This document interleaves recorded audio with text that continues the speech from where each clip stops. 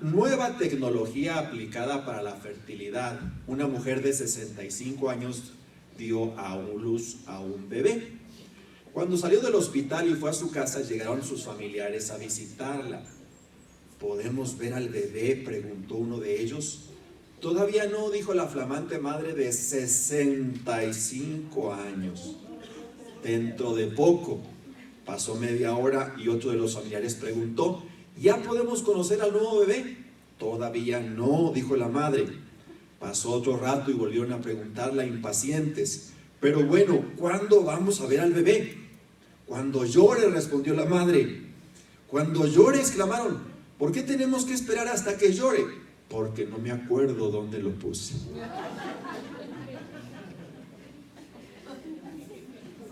Así somos los adultos, ¿verdad? Se nos olvidan las cosas. Le dice el marido a la mujer: cariño, ¿tú cuánto me quieres? Mucho. Pero del 1 al 10, pues del 1 al 10 sobre todo, porque a partir del 15 ya te quedas sin dinero. Bueno, ahora sí vamos a la escritura. Vamos a buscar la carta de San Juan, capítulo 9, y vamos a ver los versículos del 1 al 3 y del 6 al 7. San Juan, capítulo 9, versículos del 1 al 3 y del 6 al 7. ¿Ya lo encontró? Le iba a decir que se lo proyectamos, pero está fallando el internet y no pudimos pasar esa información a la computadora. Pero qué bueno que usted trae Biblia. Dígale al vecino: yo sí traje Biblia. Cuando menos en el celular, pero me la traje. Ok. Al pasar, Jesús vio a un hombre que era ciego de nacimiento. Rabí, ¿por qué nació ciego este hombre?, le preguntaron sus discípulos. ¿Fue por sus propios pecados o por los de sus padres? Mire cómo somos los humanos, ¿no? Él nació ciego de nacimiento y le echaban la culpa o al pecado de sus padres o al pecado de él. Jesús respondió: no pecó él ni tampoco sus padres. Más bien fue para que las obras de Dios se manifiesten en él. Dicho esto, escupió en tierra, hizo lodo con la saliva y untó el lodo en los ojos del ciego. Entonces le dijo: ve a lavarte al estanque de Siloé, que significa enviado. El ciego fue, se lavó y volvió a ver. Al volver ya veía. Esta historia es una de las tantas que vamos a encontrar en las páginas de las Sagradas Escrituras de sanidades milagrosas. Nosotros creemos en la sanidad divina, oramos por sanidad divina, creemos que Dios puede intervenir en una forma sobrenatural y lo puede hacer directamente, o también lo puede hacer a través de algún remedio, a través de algún médico. También Dios sana a través de los doctores, de las enfermeras. No estamos peleados con la medicina, pero creemos en la sanidad divina porque es parte del Evangelio, porque es parte de la enseñanza que encontramos en las Sagradas Escrituras. El problema es que cuando una persona se enferma, los demás somos muy crueles para juzgar a veces esa enfermedad. Yo he conocido personas que contrajeron cáncer y me han platicado que hay gente que se ha acercado supuestamente con buenas intenciones para orar por ella, pero para decirle que tiene pecado y que necesita arrepentirse de su pecado, que por eso tiene cáncer. Entonces se me hace cruel, se me hace terrible que alguien pueda expresarse de esa manera cuando alguien tiene una enfermedad tan tremenda como es el cáncer o enfermedades parecidas. Y aquí el niño nació ciego. ¿Se le podrá echar la culpa al niño? Claro que no. ¿Se le podrá echar la culpa a los papás? A lo mejor a los papás sí. Pero para ellos era inconcebible que naciera un niño ciego de nacimiento. Su vida era triste. Jamás había visto la luz del día, ni siquiera una sombra oscura a plena mañana. Cuando los seguidores de Cristo lo conocieron, inmediatamente preguntaron la razón de su desgracia. ¿Habría pecado él o sus padres? Pero ¿cómo podría haber ofendido a Dios si era ciego de nacimiento? Si así entró al mundo, si sus días transcurrían afuera del templo mendigando unas monedas de los fieles, si era discapacitado y jamás podría ver la luz del día. Pero el lodo que ensucia y mancha, a él lo liberaría, le daría el sentido más preciado para un mortal, le abriría las puertas para salir de la mendicidad. Acompáñame a conocer su fascinante historia. Esta mañana entonces yo quiero predicarles un título, un tema al que titulé precisamente Lodo para superar la miseria. Lodo para superar la miseria. Los días pasaban lentos y monótonos en la esquina donde acostumbraba sentarse a mendigar. Y a pesar de que ya era adulto, todavía vivía con sus padres. El amor y las mujeres estaban distantes de su pobre y ciego, o de un pobre y un ciego. No hubo una valiente que se atreviera a hacerle compañía y a lidiar con un discapacitado. Esto no lo dice la Biblia, pero yo me lo imagino. Que no consiguió mujer, no consiguió novia y por lo tanto no consiguió esposa. ¿Quién querría casarse con un hombre ciego? ¿Qué le podría ofrecer? ¿Qué le podría brindar a una persona como las muchas mujeres que a lo mejor estaban interesadas en buscar pareja? Pero aquí encontramos a un muchacho que desde que nació estaba ciego.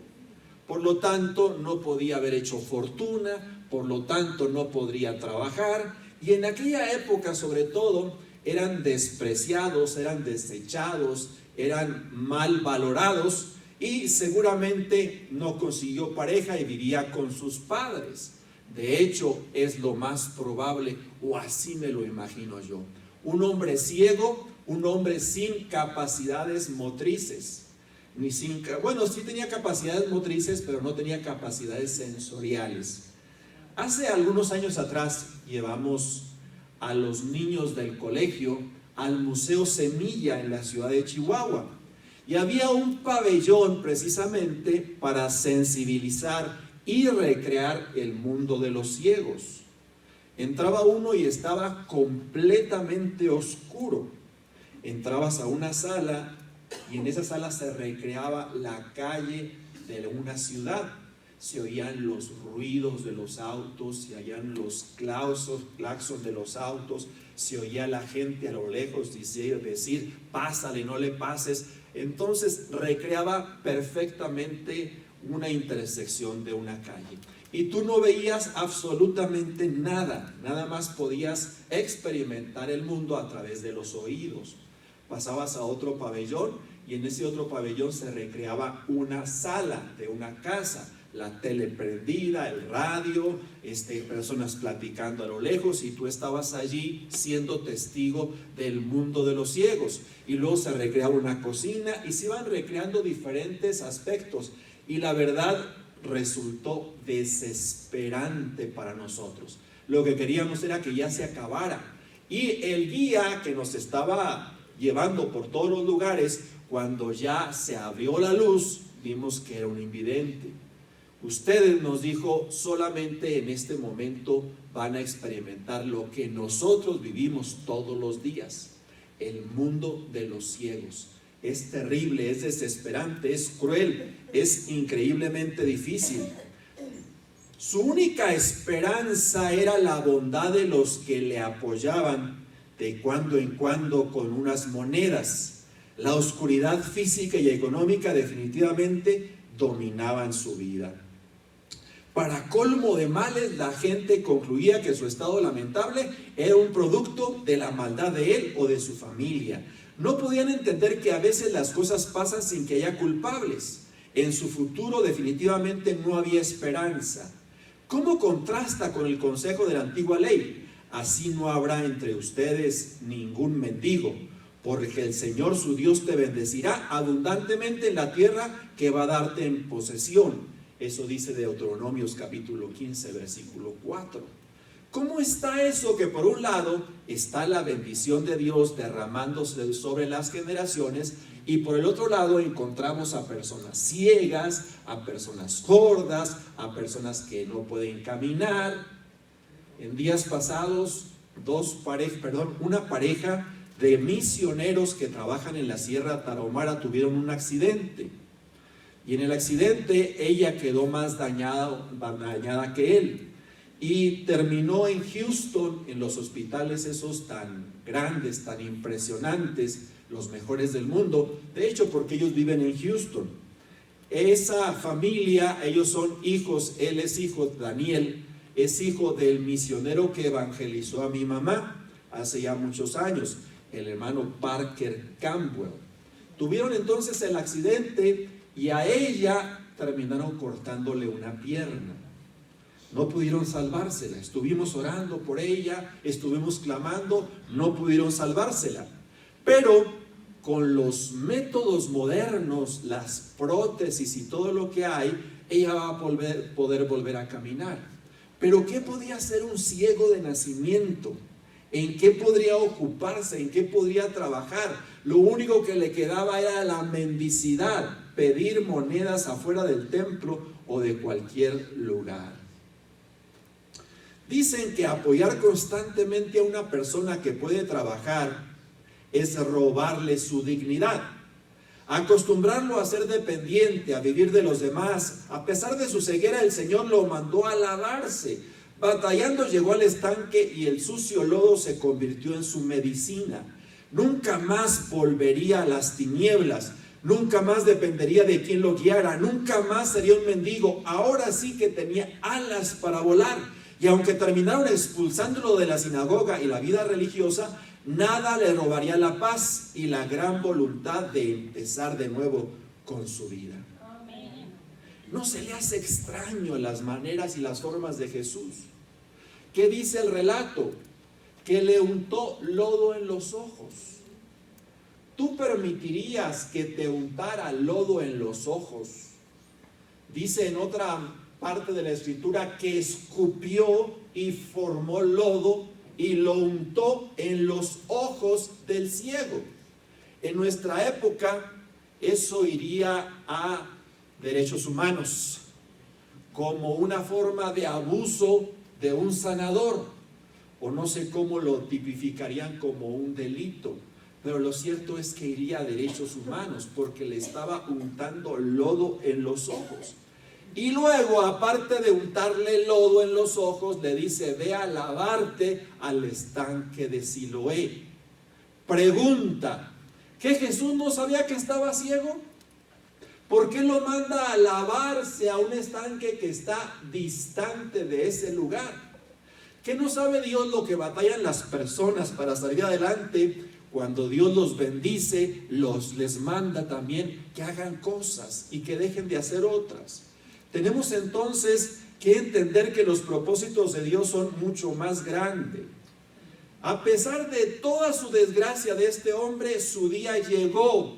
Y en el momento más esperado, Jesús lo visitó. Escupiendo en tierra hizo lodo y lo untó en sus dañados ojos, indicándole que se lavara en el estanque de Siloé.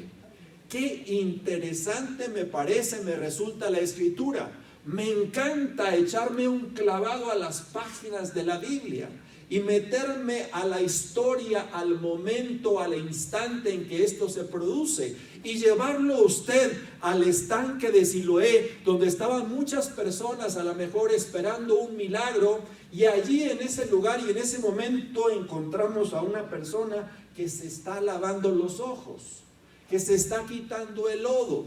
Y en ese momento en que logra quitarse el lodo de los ojos, abre sus ojos, que por cierto, desde que nació no le habían dado ni un chispazo de luz, no le habían dado ni siquiera una breve sombra del mundo exterior. Cuando estuvimos allí en Chihuahua, en el pabellón de los ciegos, aunque estaba todo oscuro, algo se veía de luz. Pero aquí este hombre, toda su vida no había visto absolutamente nada. Y lo encontramos allí lavándose en el estanque.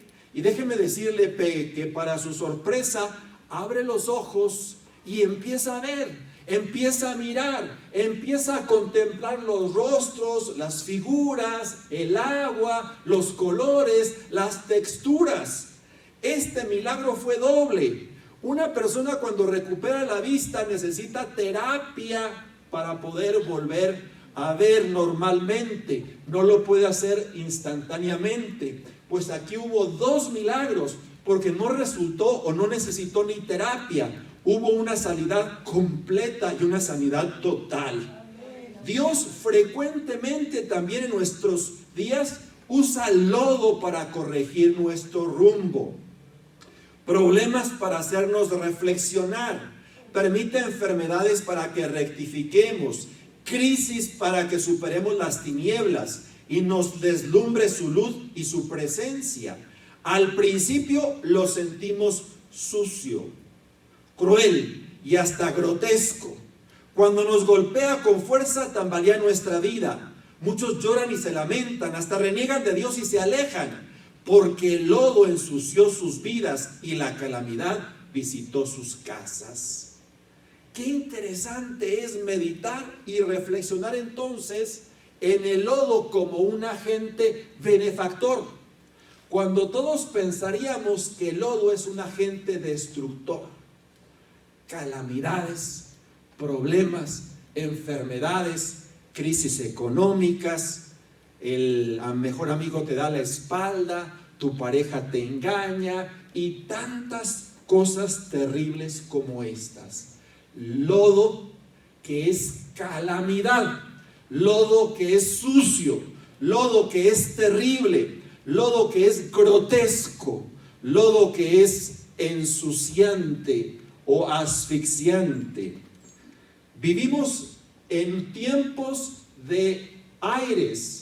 Y ahorita precisamente que llegamos y los servidores estaban temprano, muy puntuales, me dijo una hermana, ¿en qué le puedo ayudar? Le dije, tráigase el escobón y barra el vestíbulo porque está lleno de tierra. En esta época se batalla mucho para mantener las casas limpias, los lugares limpios. Hay mucho aire, hay mucho polvo y se podría decir también que hasta lodo. En los tiempos de las lluvias, el problema es el lodo en las casas, porque hay lodo en las calles. En la época en que nosotros crecimos de niños, no había calles pavimentadas y metíamos todo el lodo a las calles y las mamás se enojaban, las hermanas también. Era terrible. Lodo ensucia, lodo denigra, lodo destruye, lodo acaba. Y todo eso es necesario a veces en nuestra vida que Dios ponga un poquito o un muchito de lodo en tu vida. Porque es la manera en que vas a entender y vas a comprender sus planes y sus propósitos. Si yo hubiera sido este invidente, si tú hubieras sido este invidente, y te dan la orden de que vayas a lavarte y te llenan y te impregnan de lodo, ¿qué hubiéramos hecho? Seguramente lo mismo. Nos estaba molestando esa mezcla que Jesús puso en los ojos. Esa mezcla de lodo, esa mezcla de ese material terrible para nosotros. Entonces, tenemos que comprender que Dios tiene un plan y tiene un propósito. Pero hay quien permanece y obedece, simplemente se lo limpia y lo que parecía una tragedia se convierte en una bendición. La luz se hace en su vida y ahora contemplan lo que antes solo imaginaban en sombras. Lo peor que te pasa tiene un propósito. Pero ¿por qué ser tan chifle y caprichoso? ¿Por qué renegar por todo si al final de cuentas saldrás ganando? Es increíble, pero conozco a tantos creyentes que hasta lo que no comen les hace daño, que se quejan por todo, que nadie los puede tocar ni con el pétalo de una rosa, porque se van creyendo que les hacen un gran daño a Dios o a la congregación. Si no soportas un poco de lodo, tampoco estás listo para que Dios te abra los ojos. Si quieres seguir viviendo en la oscuridad y mendigar paz y cariño, realización y salvación, es tu decisión. Aquí no veo a nadie que traiga lentes oscuros.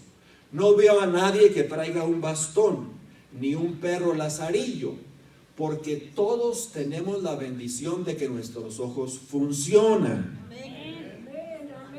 ¿Sí es cierto?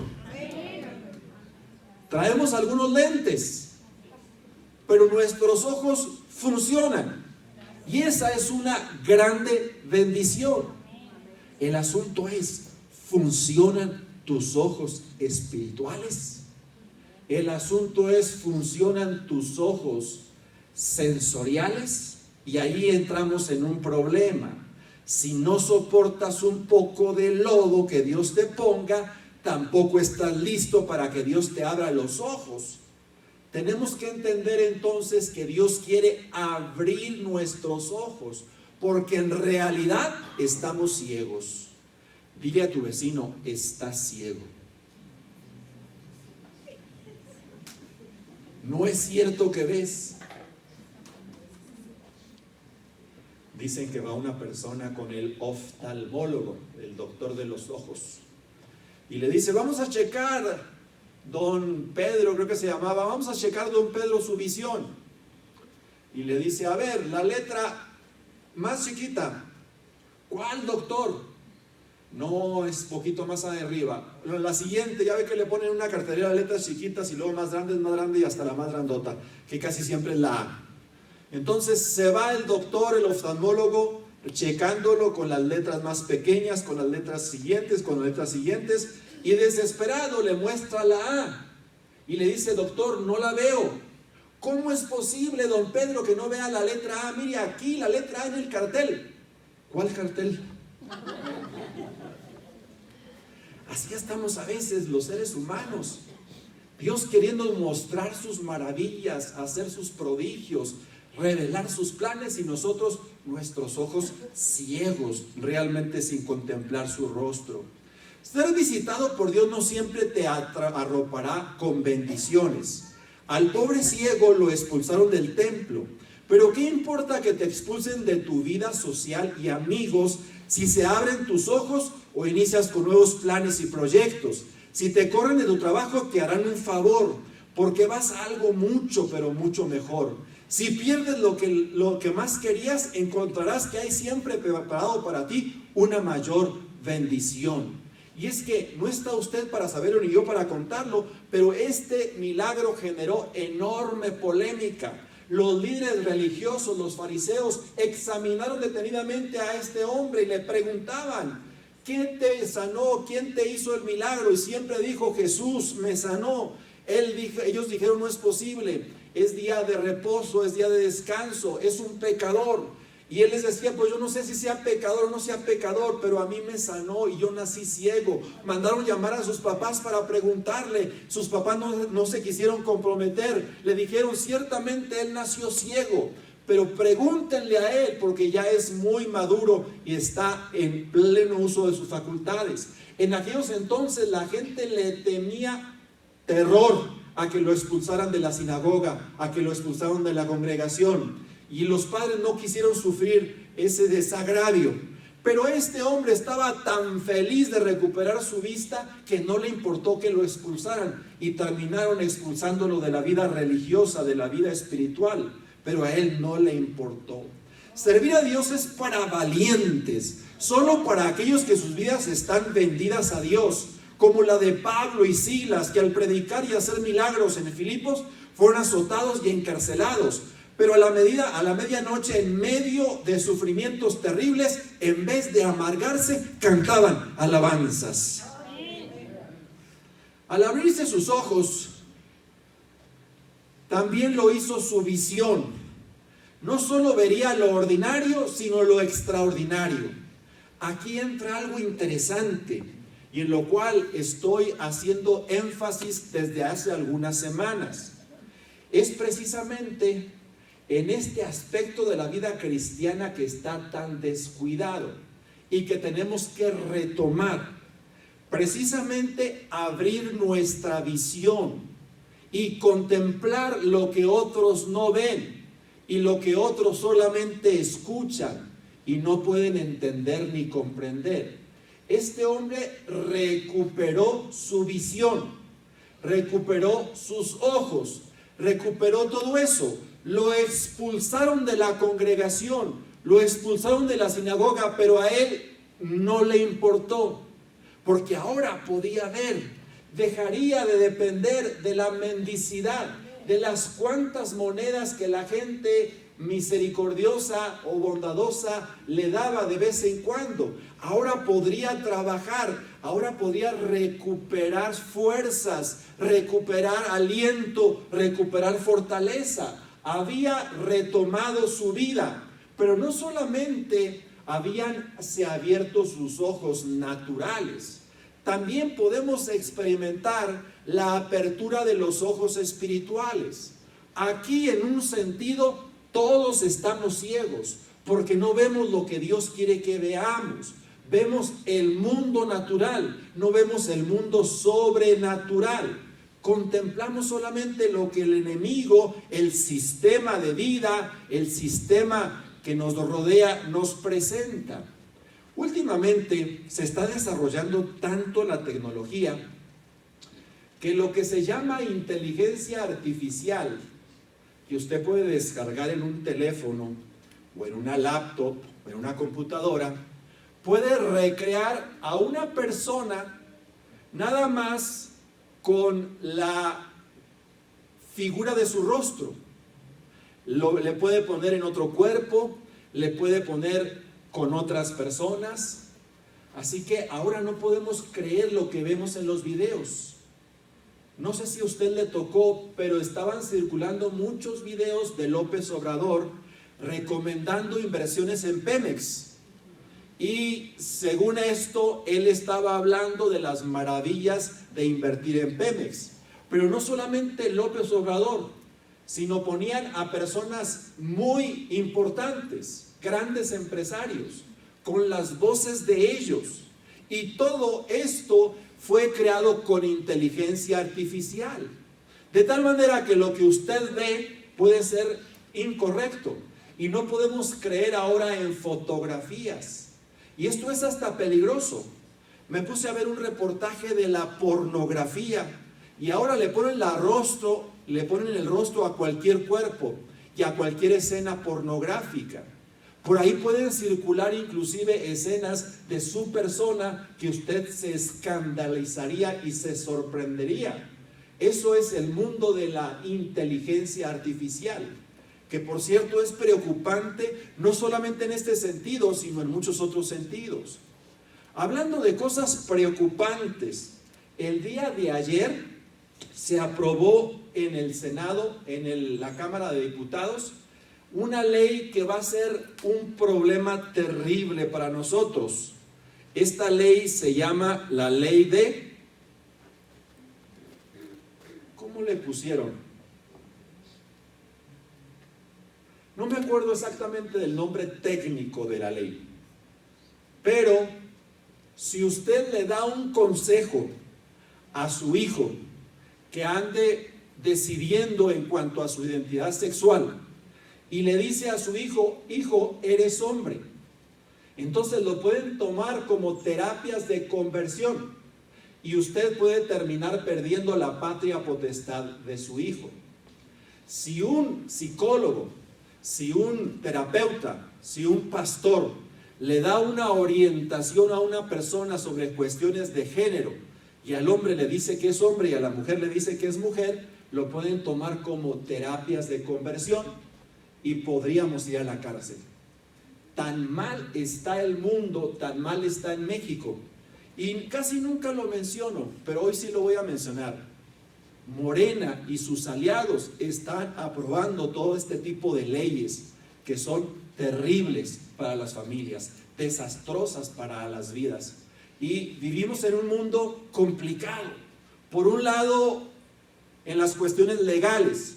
Por otro lado, en las cuestiones de tecnología. Y por otro lado, en las cuestiones espirituales.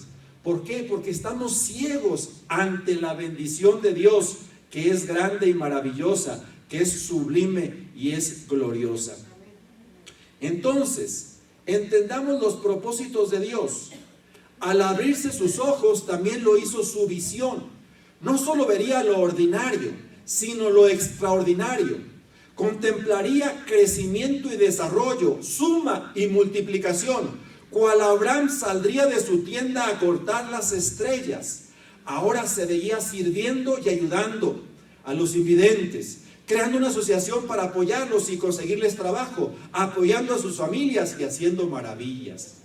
No solamente se veía beneficiándose él, que tenía ahora nueva vista, ahora se veía sirviendo a sus amigos que estaban invidentes, al grupo pequeño o grande que se juntaba a las afueras del templo, que se juntaba a las afueras de la calle, ahora ayudándoles para que pudieran tener trabajo, ayudándoles para que pudieran recuperar su familia, ayudándoles en todo lo que se necesitara y se requiriera. ¿Por qué? Porque Dios abre nuestra visión para que contemplemos la gloria de Dios. Dios abre nuestra visión. Tenemos que contemplar la gloria de Dios, las maravillas del Señor hechas en nuestra vida. Dios le dijo a Abraham, cuando no tenía ni un solo hijo, le dijo: sal y contempla las estrellas, así va a ser tu descendencia. Y Abraham le creyó a Dios aunque no tenía ni un solo hijo.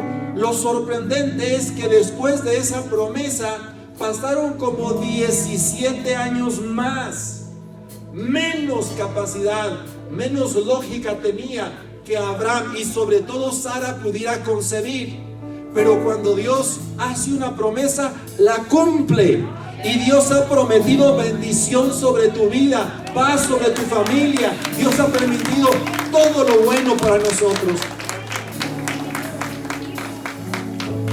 Tenemos que embarazarnos de la visión de Dios. ¿Y cuál es esta? Crecimiento, desarrollo, multiplicación. Esta es la visión de Dios. Que nos desarrollemos, que nos multipliquemos, que crezcamos, que contemos las estrellas, porque así va a ser nuestras bendiciones eternas, grandes y maravillosas. Entonces, al abrirse sus ojos, también lo hizo su visión. No solo vería lo ordinario, sino lo extraordinario. Contemplaría crecimiento y desarrollo, suma y multiplicación. El enemigo resta y divide. Dios suma, pero más que sumar, multiplicar. Le voy a dar un ejemplo, ya casi para concluir.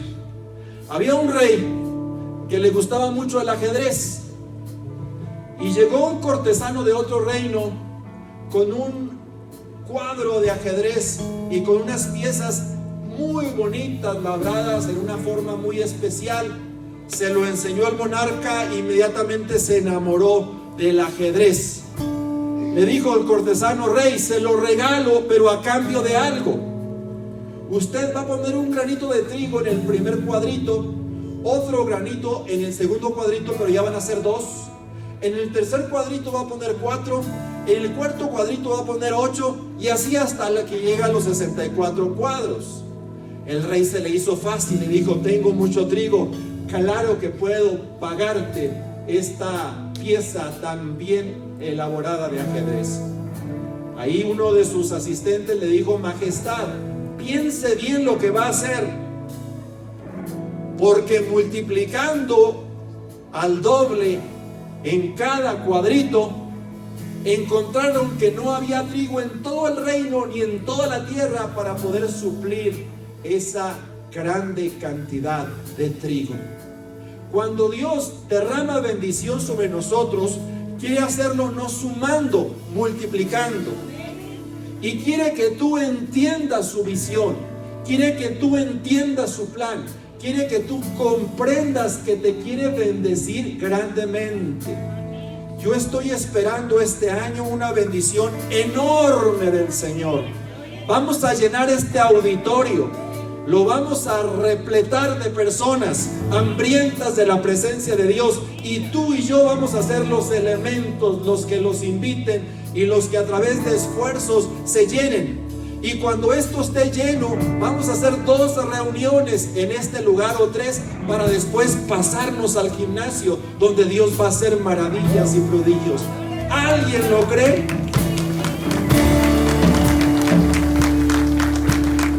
Yo lo creo. Concluyo. Tú decides si el lodo que Dios permite a tu vida te amarga o te bendice. Si la tribulación que has pasado te hunde o te levanta.